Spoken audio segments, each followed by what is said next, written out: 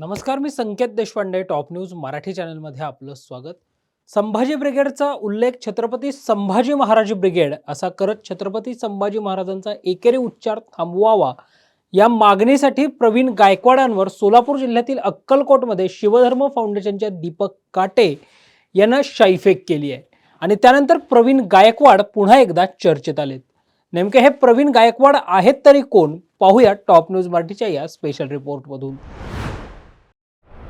प्रवीण गायकवाड हे संभाजी ब्रिगेडच्या माध्यमातून सामाजिक क्षेत्रात सक्रिय झाले असून 2016 पासून संभाजी ब्रिगेडचे प्रदेशाध्यक्ष म्हणून प्रवीण गायकवाड हे काम पाहत आहेत.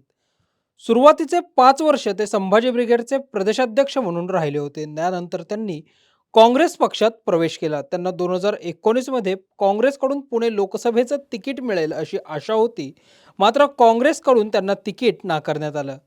त्यानंतर ते काही वर्षांपासून शेतकरी कामगार पक्षामध्येही सक्रिय होते. प्रवीण गायकवाड यांनी संभाजी ब्रिगेडच्या कामात या दरम्यानही कसलाही खंड पडू दिला नाही. प्रवीण गायकवाड यांनी अहद ऑस्ट्रेलिया, तहत कॅनडा, अवघा मुलूक आपला म्हणत तरुणांना व्यवसाय उभारणीतही मदत केली आहे.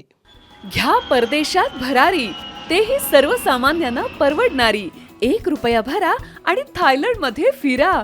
सचिन इंटरनॅशनल घेऊन आले आहेत जगातली सर्वात स्वस्त परदेश टूर.